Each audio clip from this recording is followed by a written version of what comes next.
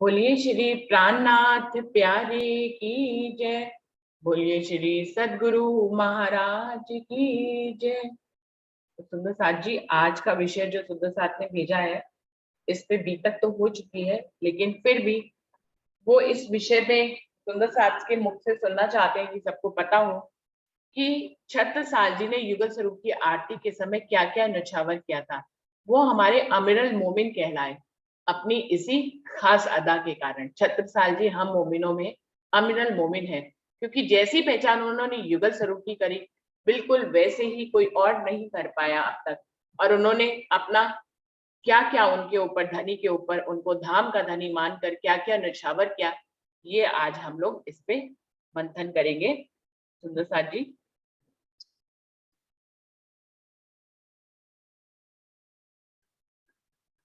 सबसे पहले संगीता दीदी आपको बुलाना चाहूंगी, आप आइए।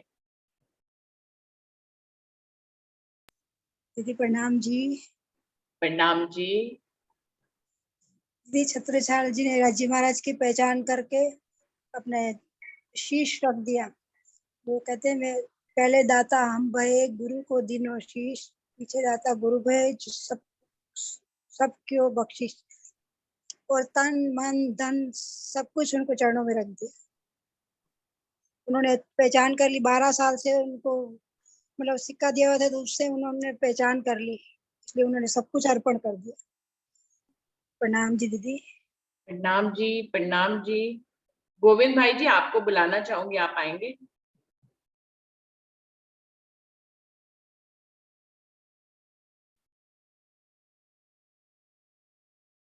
गोविंद भाई जी।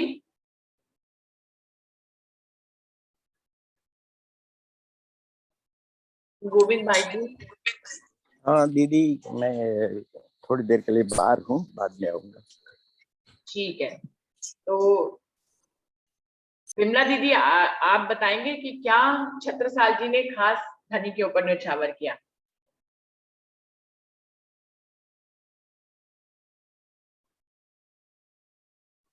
विमला दीदी। प्रणाम जी। प्रणाम जी। प्रणाम जी। उन्होंने कुछ भी अपना नहीं रखा, सब कुछ निछावर, जैसे बोलते हैं तन मन जीव निछावर ही। सबसे पहले तो उन्होंने सब कुछ निछावर कर दिया, फिर उन्होंने पूरी पहचान करके उसकी जुगल स्वरूप की आरती उतारी। इसलिए तो उनको अमीरल मोमिन कहा है ना, क्योंकि पहले तो सिर्फ राज्य की आरती उतारते थे सब। जब उन्होंने पूरी पहचान की कि हमारे परम धाम में तो जुगल स्वरूप है, तो उन्होंने जुगल स्वरूप की आरती उतारी। पूर्ण ब्रह्म बोला उसने सबसे पहले, छत्रसाल जी ने तो ये बोला। मेरे में तो यही समझ आती है, ये तो सबको ये तो, पता है। हाँ जी, ये तो बिल्कुल सही समझ में आ रहा है। तो यही तो सब कुछ किया है, उसी का ही तो आज मंथन करना है। शशि दीदी आप आइए। प्रणाम। मंजू दीदी आप आइए, आपने प्रणाम। माइक खोला है। सॉरी दीदी, भूल गई, गलती से छूट गया। प्रणाम जी। प्रणाम जी। गलती से खुल गया दीदी मेरे। अच्छा, गलती से खुल गया है तो आप बता दीजिए उसमें क्या है, जो भी आपके दिल में हो बताइए। नहीं, मुझे पता नहीं, अभी मैं टॉपिक ही नहीं पता चला मेरे को क्या हुआ। अच्छा अच्छा, ठीक है। नरेश भाई जी आपको बुलाना चाहूंगी, आप फ्री हैं आज? मैं रोज आपको आवाज लगाती हूँ, आप मेरी आवाज ही नहीं सुनते। नरेश भाई जी।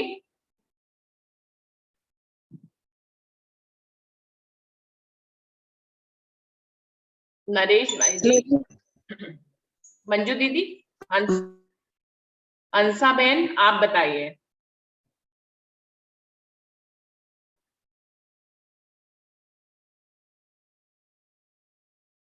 क्या हुआ? अंसा बहन ने बोला और फिर आवाज ही नहीं आई।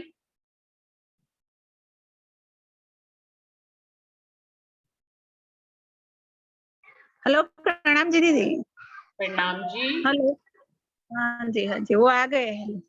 अच्छा, हरीश भाई जी आ गए हैं। हाँ जी प्रणाम जी दीदी। प्रणाम जी। प्रणाम जी, बताइए हरीश भाई जी।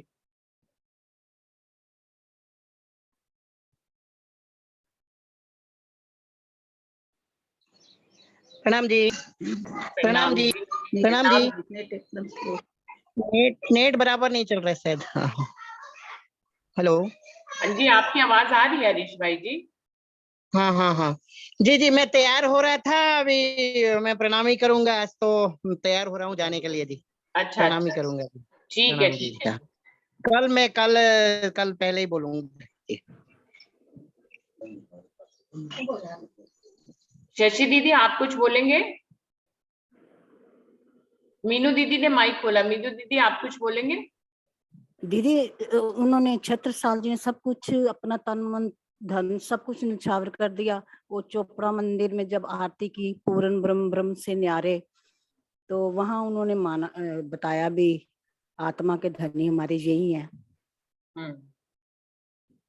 ये हमारे आत्म के धनी है, इनको कोई जाहिरी उससे ना देखें कि ये कोई जाहिरी कोई गुरु और शिष्य की का रिश्ता है। ये हमारा आत्म के धनी है और हमारा इनके आत्मा के साथ आत्म का रिश्ता है।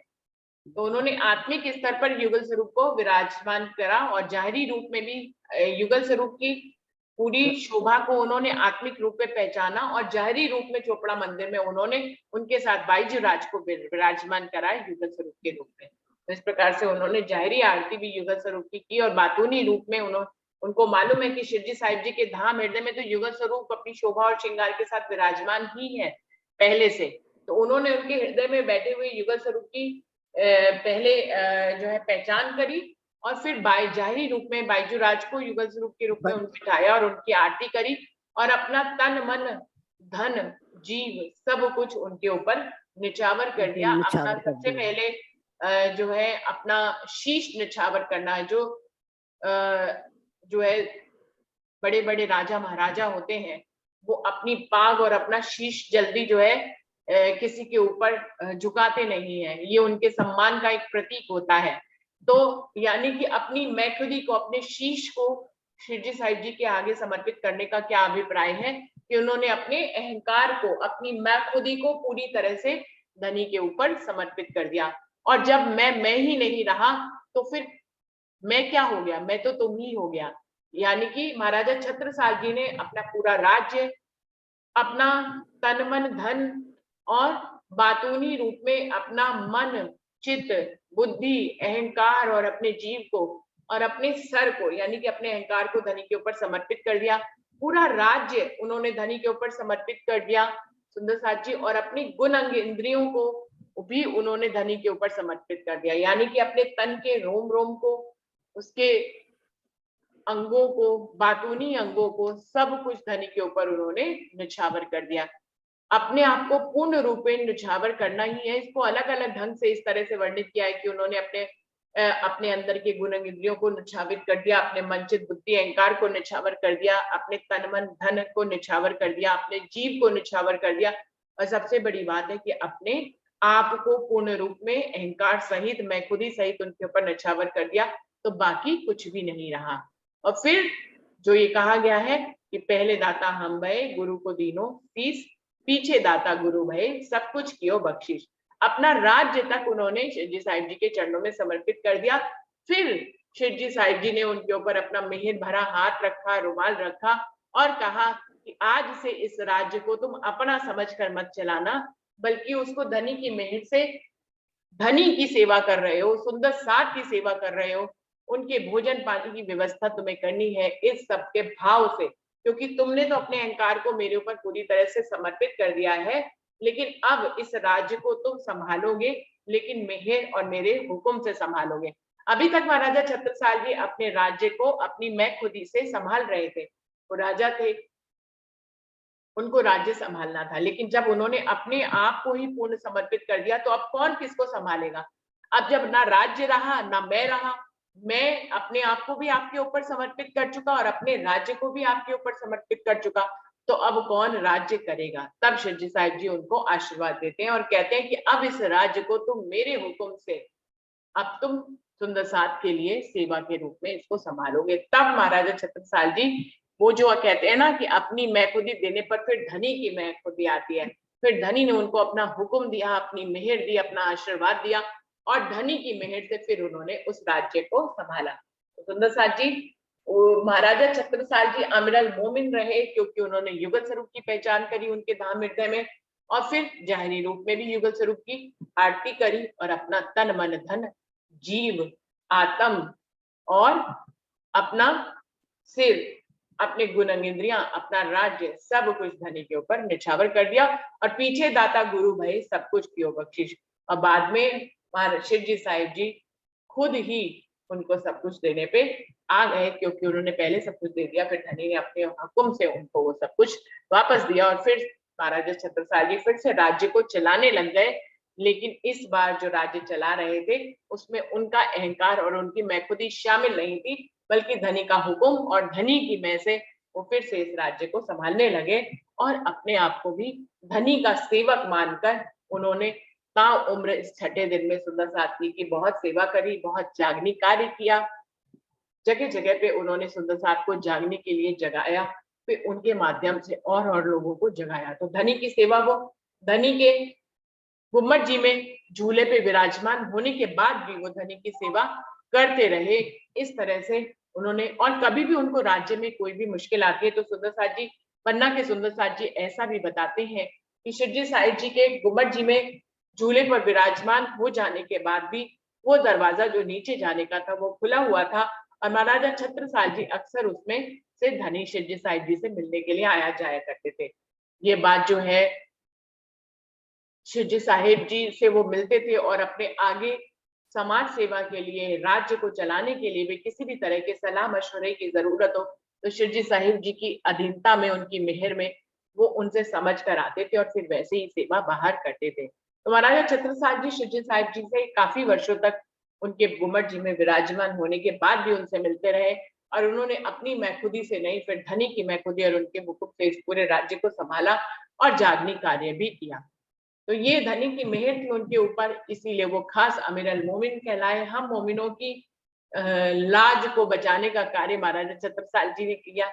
आज हम पूर्ण मन से कहाँ समर्पित हो पाते हैं धनी के ऊपर, तो उसी ढंग से महाराजा छत्रसाल जी को यदि हमारे जो अमीर अल मोमिन, हमारे खास मोमिन है, उनको ध्यान में रखकर यदि हम धनी के ऊपर नछावर होंगे तो महाराजा छत्रसाल जी जैसी शोभा किसी भी सुंदर साथ को मिल सकती है।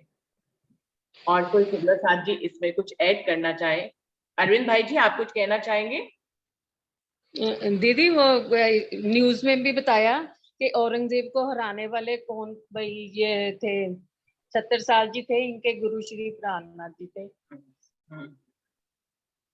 जितनी भी औरंगजेब के पास इतनी बड़ी सेना थी कि कोई भी उनके आगे टिक ही नहीं पाता था। फिर महाराजा छत्रसाल जी के ऊपर जब जब उन्होंने, बीतक साहब के प्रसंगों में भी हमने सुना ना कि जब जब किसी ने उनके ऊपर आक्रमण किया, औरंगजेब ने उनको भेजा, तो महाराजा छत्रसाल जी से वो जीत नहीं पाए। जबकि महाराजा छत्रसाल जी के पास बहुत छोटी सेना थी, औरंगजेब के पास बहुत ज्यादा हथियार और बहुत बड़ी सेना हुआ करती थी। लेकिन शिव जी साहिब जी ने जो अपनी मेहर से उनको जो तलवार बख्शी थी, उससे वो किसी का भी खून नहीं होता था। वो सिर्फ उस तलवार पे उन्होंने अपनी मेहर भरी नजर डाली और महाराजा छत्रसाल जी को भेंट कर दी। उस तलवार से वो हर युद्ध को जीते, लेकिन कभी भी वो हारे नहीं। और उसके बाद औरंगजेब को भी इस बात का एहसास हो गया कि इतनी बड़ी सेना के साथ भी मैं महाराजा छत्रसाल जी की छोटी सी सेना से जीत नहीं पाता हूँ। तो उनके पीछे कोई आध्यात्मिक शक्ति है या उनके गुरु का आशीर्वाद है, ऐसा औरंगजेब को पहले से ही आभास हो गया था। और शिवजी साहिब जी ने तो समय समय पर उनके पास भी पैगाम भेजे थे परमधाम से अपने आने के, अपने जाहिर होने के। औरंगजेब ने उसको माना नहीं था। लेकिन जब महाराजा छत्रसाल जी के साथ शिवजी साहिब जी की शक्ति शामिल हो जाती है, तब औरंगजेब को इस बात का एहसास होता है और तब वो समझ जाते हैं कि उनको महाराजा छत्रसाल से युद्ध नहीं करना है, क्योंकि यदि वो उनसे युद्ध करेंगे तो उनके पीछे उनकी गुरु की शक्ति, उनका आशीर्वाद शामिल है और वो कभी भी उनको हरा नहीं पाएंगे।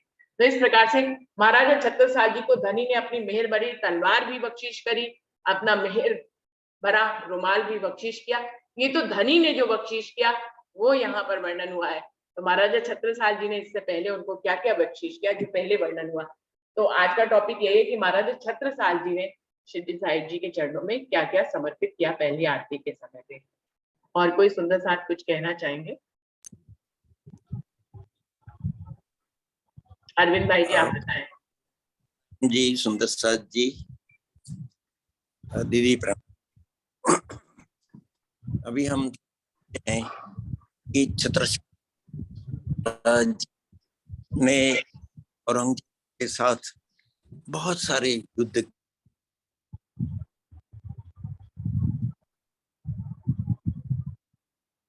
गोविंद भाई जी, आपकी आवाज नहीं आ रही है। अब आपकी वीडियो तो आ गई। बहुत, हाँ, बहुत बड़ी बात तो वो है कि पूर्ण ब्रह्म परमात्मा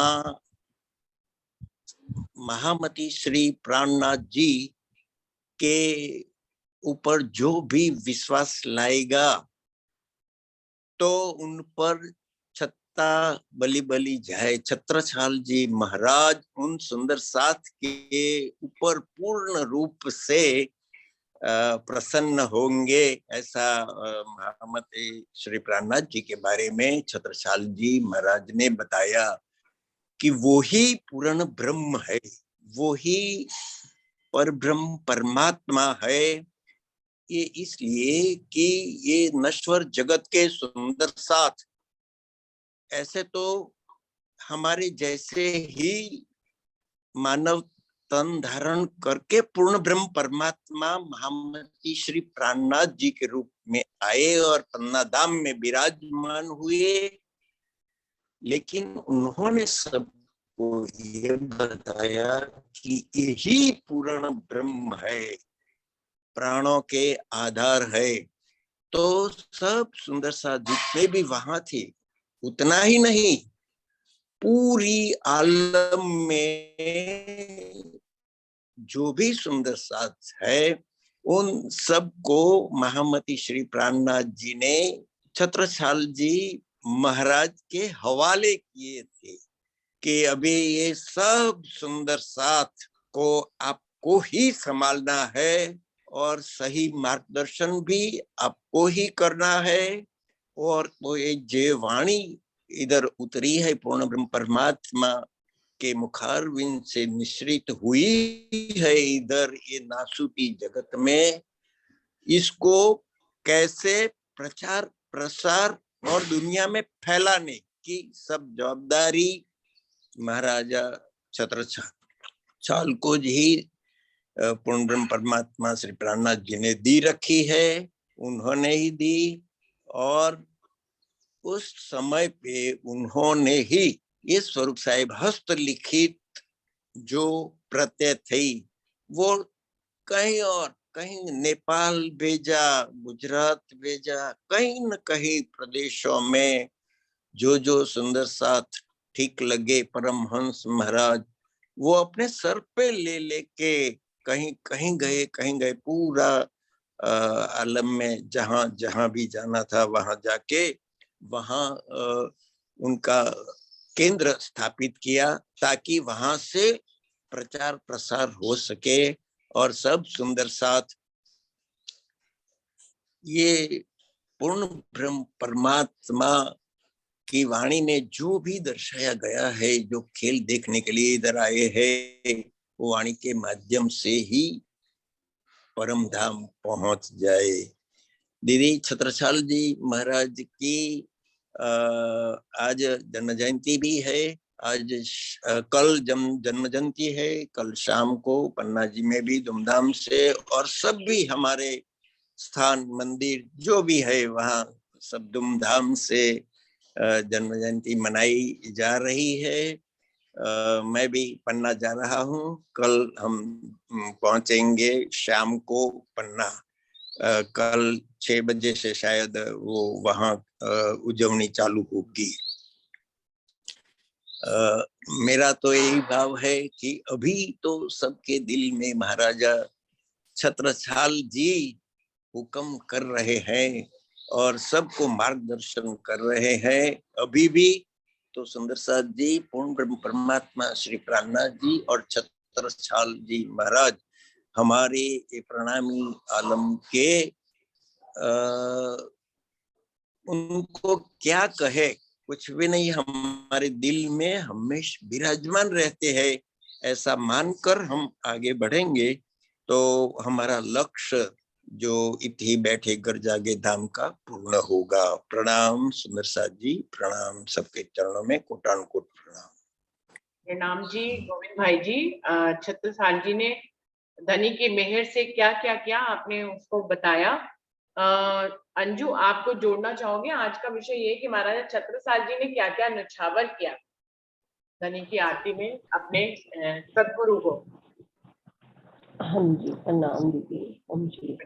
प्रणाम जी।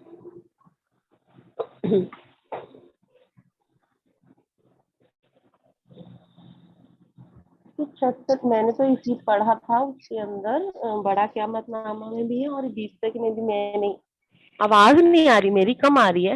नहीं नहीं, आ रही है, पूरी तरह से आ रही है।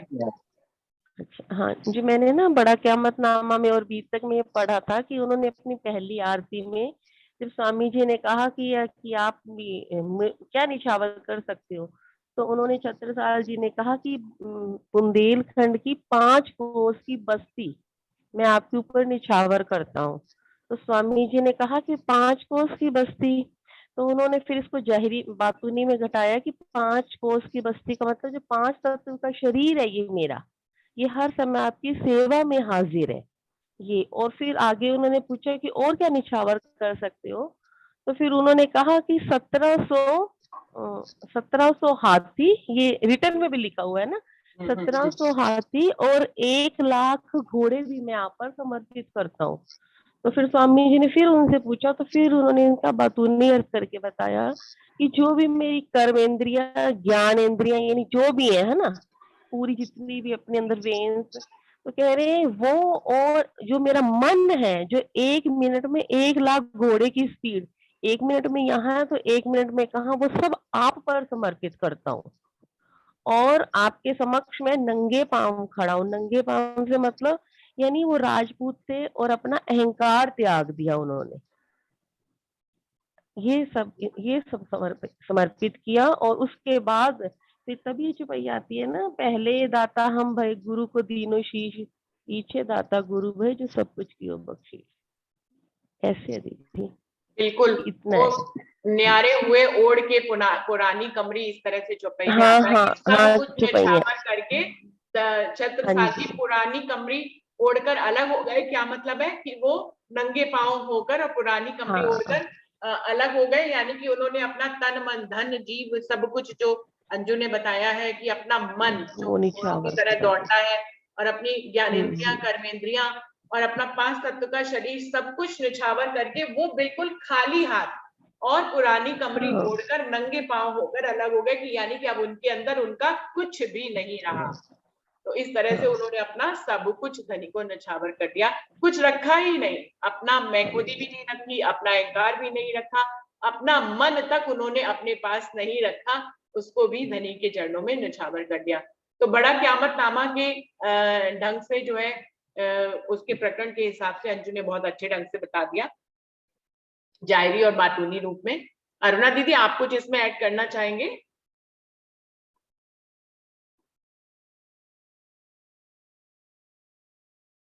अरुणा दीदी,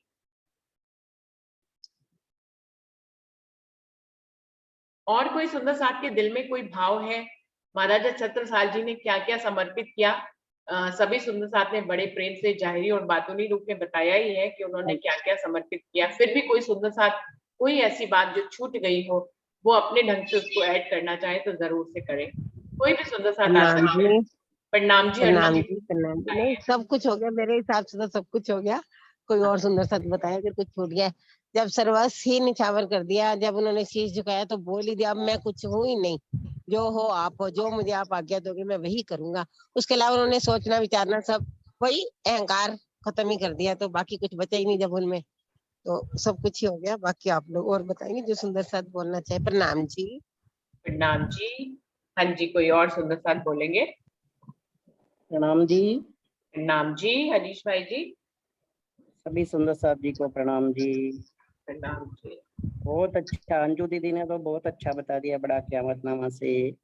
हाँ, सब सुंदर साथ ने सही बताया। मतलब न्योछावर करने की बात है तो महाराजा जी ने तो सब कुछ न्योछावर कर दिया। ये अब ये हमें ये सीख हमें भी, हम सब सुंदर साथ को भी लेने हैं कि हमें क्या न्योछावर करना है। श्री प्राणनाथ जी की बानी में जो लाएगा ईमान, 76 साल तन मन धन कुर्बान। जिस तरह तन मन धन और सब मतलब सब कुछ न्यौछावर कर दे, श्री जी के चरणों में महाराजा जी आ गए और सब कुछ न्यौछावर कर दिया। तो ठीक उसी तरह आज के इस जागने ब्रह्मांड में आज हमारी सिरदार सखी महाराजा छत्रसाल जी शाकुंतल सखी जी है और उनके हाथ में ही सब कुछ कारोबार है, वही सब कुछ है हमारे। और इसलिए ये चौपाई इसके ऊपर गठित की से प्राणनाथ की बानी में, क्योंकि ये बानी राज्य के मुखार बिन से उतरी और उसके जरिए उसके पगले एने पगले अपने चालिए जो पगला है कई प्रमाण।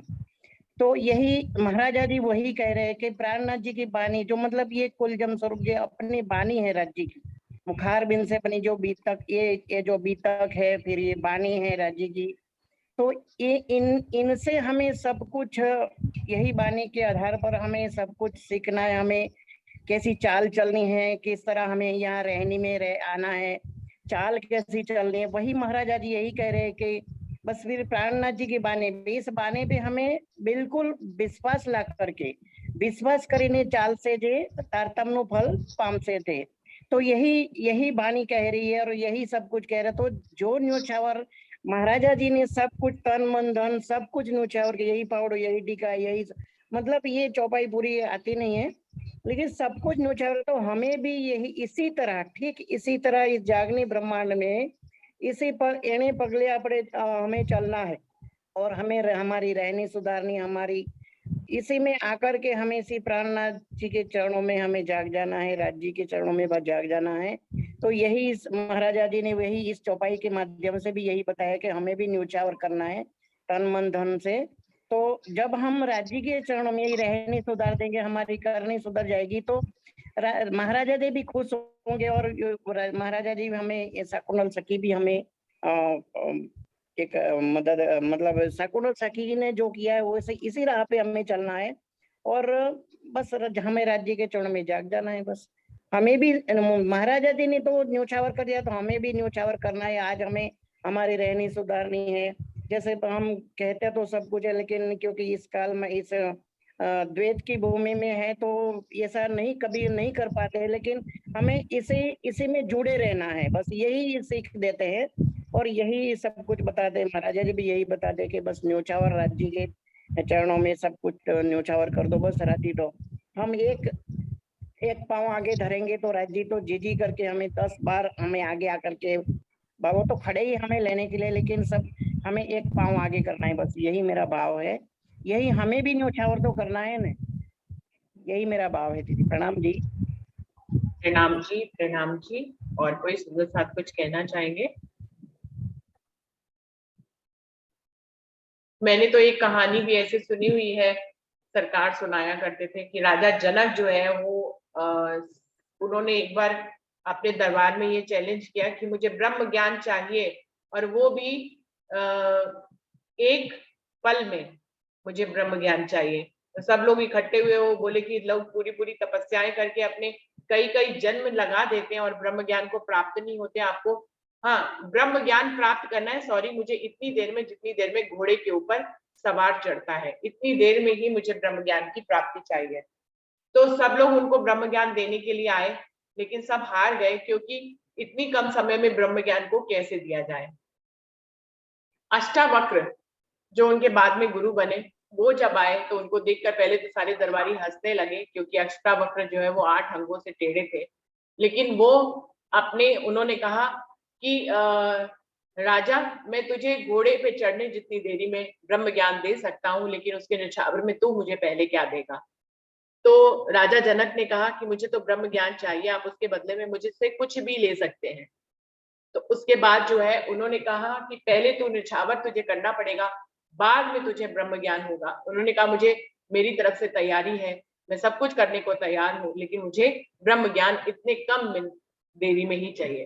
तो अष्टावक्र उनको कहते हैं बस तू आज से अभी से इसी पल से तेरा मन मेरा हुआ, ये मैंने दान दक्षिणा ले ली और तुझे ब्रह्म ज्ञान हो जाएगा। तो सुंदर साथ जी कहते हैं कि राजा जनक कहते हैं कि मैंने अपना मन आपको दे दिया जो गुरु दक्षिणा के रूप में, और उस पल उस घड़ी के बाद राजा जनक जो है अपने सिंहासन से उठ ही नहीं पाए, क्योंकि यदि वो उठने का भाव लेते तो वो कहते ये मन मेरा है नहीं, मैं इससे कैसे सोचूं कि मैं इस सिंहासन से उठूं।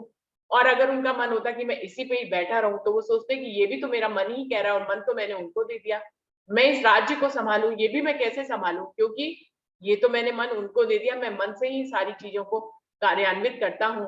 तो कहते हैं कि 7 दिन और 7 रात तक जो है राजा जनक उसी सिंहासन पे बिल्कुल मौन होकर बैठे रहे। उन्होंने कोई भी प्रतिक्रिया नहीं करी, ना तो भोजन खाने की, ना जल पीने की, ना ही सिंहासन से उठने की, ना ही सिंहासन से बैठने की। जिस पल से, जिस घड़ी से उन्होंने अपना मन अष्टावक्र जी को दे दिया, उसी पल उसी घड़ी से उन्होंने अपने मन से जो है वो सोचना बंद कर दिया कि ये मन तो मेरा है ही नहीं, और सारे कार्य मन से ही संपादित होते हैं। तो सारी कार्यशीला कार्य प्रणाली जो है वो रुक गई, वो वहीं पर ही थम गए, और उन्होंने एक भी विचार मन में लेना उचित नहीं समझा कि अगर मैं कोई भी विचार लूंगी तो मैं उनको दिए गए मन का इस्तेमाल करूंगा, जो बिल्कुल सही नहीं है। कहते हैं 7 रात और 7 दिन में ही उनको जो मौन होकर उस सिंहासन पर बैठे रहे और वो ब्रह्म ज्ञान की प्राप्ति उन्हें हो गई, क्योंकि उनका मन ही खत्म हो गया। उस मन को उन्होंने समर्पित कर दिया, उनका मन खत्म हो गया। और जब वो मौन में चले गए, तो जब हम नहीं रहते हैं तभी खुदा होता है। ऐसे बहुत से जो है साखियां सुंदर साथ भेजते हैं व्हाट्सएप पे कि जब मैं नहीं रहता तभी खुदा होता है। तो ये जो है, ये मयान जो है वो प्रेम की मयान है, जिसमें 2 लोग नहीं रह सकते, या तो मैं रहूंगा या फिर धनी रहेंगे, और धनी रहेंगे तो मैं नहीं रहूंगी। तो इस तरह से राजा जनक जी को जो है वो पल भर में ही ब्रह्म ज्ञान प्राप्ति हुई, क्योंकि उन्होंने अपने मन को अपने गुरु अष्टावक्र जी को सौंप दिया था। फिर उन्होंने उस मन का कभी इस्तेमाल नहीं किया किसी भी विचार के लिए, और वो ब्रह्म ज्ञान को उत्पन्न हो गए। तो सुंदर साथ जी बिल्कुल ऐसे ही महाराजा छत्रसाल जी ने भी जो 1 लाख घोड़े जैसा मन है हमारा, जो पल भर में ही इधर से उधर जो है कहीं पे भी चला जाता है, और ये पूरे दिन हमें अपने विचारों में भटकाता रहता है, और हम अपने मन के गुलाम हैं, हम अपने मन के वश में हैं। मन का तो आकार भी नहीं बताया गया वाणी में कि वो इतना छोटा है कि जैसे रुई का आंख जितने से भी छोटा, जिसको फूंक मारो और वो उड़ जाए, इतने छोटे मन के अधीन हम जीवन व्यतीत करते हैं। तो ये मन को ही धनी के पास महाराजा छत्रसाल जी ने समर्पित किया था। और बिल्कुल सही कहा हरीश भाई जी ने, हमें भी उनकी तरह इस रास्ते पे चलना है, भले चाहे ये रास्ता हमारे लिए थोड़ा सा कठिन है। अभी हम अपने मन को समर्पित कहाँ कर पाते हैं, हम अपने मन का इस्तेमाल पूरा दिन करते हैं। लेकिन सुंदर साथ जी धनी की मेहर है, महाराजा छत्रसाल जी के ऊपर हुई, किसी के ऊपर भी हो सकती है, और हम अपने मन को धनी के चरणों में समर्पित कर सकते हैं। लेकिन ये हर किसी को अपने अंदर स्वयं देखना है कि उसने कितना कितना समर्पण किया है। तो सुंदर साथ जी अभी 10 मिनट का समय है, कोई और सुंदर साथ कुछ कहना चाहेंगे? इस विषय को अगली वीडियो तक ले जाने की मुझे जरूरत नहीं लगती है, सब कुछ तो आ गया है इसमें। कयामत नामे के प्रकरण के हिसाब से भी अंजू ने बता दिया है, बीतक साहब के हिसाब से भी सुंदर साथ ने बता दिया है, तो अभी कुछ और बाकी नहीं रह गया। अभी तो बाकी सुंदर साथ अगर कुछ रह गया है तो हमारा चलना बाकी रह गया है, महाराजा छत्रसाल जी के कदमों के ऊपर कदम रखने का। प्रणाम जी, और कोई सुंदर साथ कुछ कहना चाहेंगे?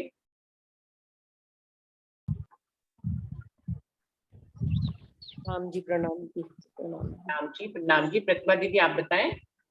हाँ, सब कुछ तो सतुंबर साहब ने बताया। ये कि अपना आपा वार दिया ना छत्रसाल जी ने, और सर्वस्व करके जब समर्पण से भी ऊपर की स्थिति विसर्जन कर दी ना मन को, तब जाके उनको ब्रह्म ज्ञान जनक जी को मिला। ऐसे ही छत्रसाल जी ने ऐसी सेवा करी ब्रह्मांड में शायद किसी और ने नहीं करी, तब उन पे कृपा जी ने बरसाई और उनको क़यामतनामा सौंपा। विसर्जन तो पूर्ण रूप से मतलब आखिरी स्थिति हो जाती है, समर्पण में भी कहीं रह जाता है कि हाँ मैंने करा या नहीं करा, यही भाव है। प्रणाम। प्रणाम जी, बिल्कुल सही कह रहे प्रतिभा दीदी। समर्पण शब्द जितना सरल लगता है उतना ही करने में ये बहुत कठिन है। मन 2 शब्दों से बना, म न मन, कितना छोटा है, वाणी में उसका कोई आकार भी नहीं बताया, लेकिन इसको समर्पित करने में भी बहुत बड़ी रहनी छुपी हुई है।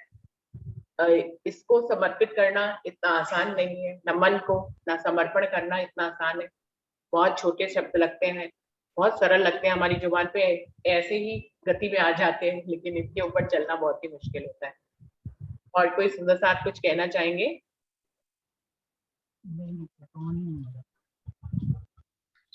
अपनी प्रणाम जी। प्रणाम जी अरविंद भाई जी, आप बताएं।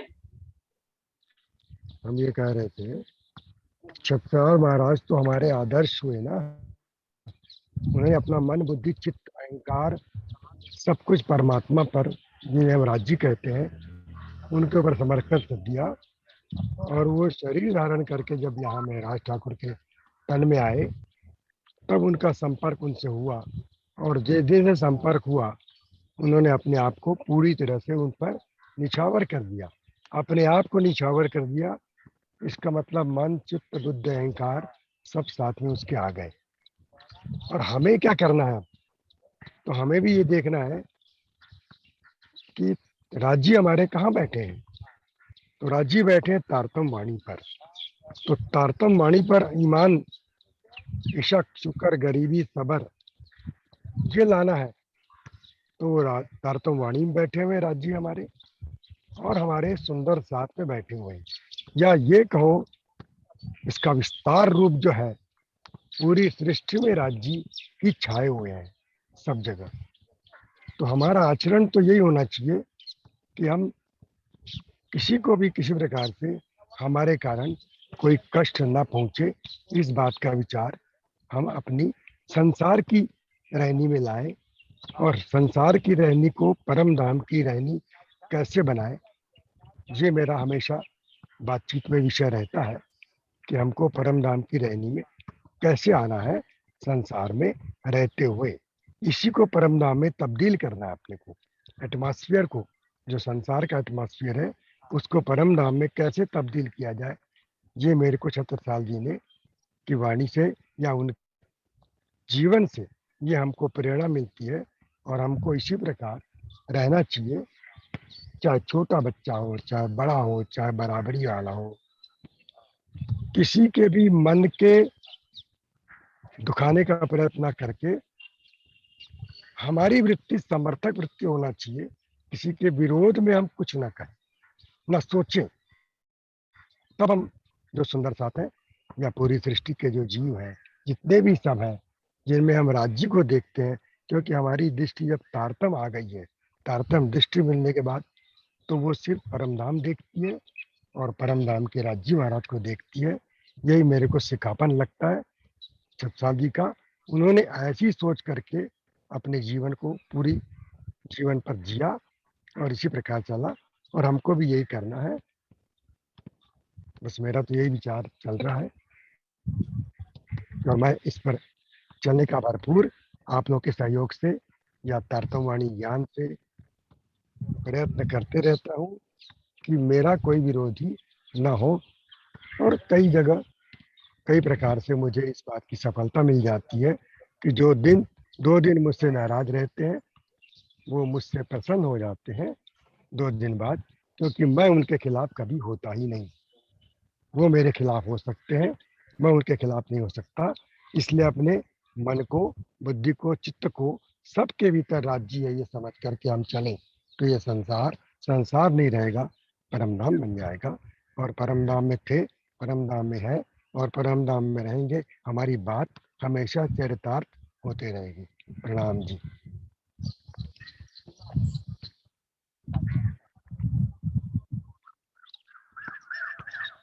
प्रणाम जी। प्रणाम जी। सुंदर साथ जी, बिल्कुल ही समय खत्म है तो प्रणाम ही कर लेते हैं। अभी बाकी का कल फिर 8वां पहर और सुंदर साथ सोच के बताएंगे कि आगे भी तक के वो क्या चलाना चाहते हैं। प्रणाम जी सभी सुंदर साथ जी को, प्रेम प्रणाम जी। प्रणाम जी। प्रणाम प्रणाम प्रसाद जी। प्रणाम प्रणाम जी। प्रणाम जी। प्रणाम जी। प्रणाम जी। प्रणाम जी।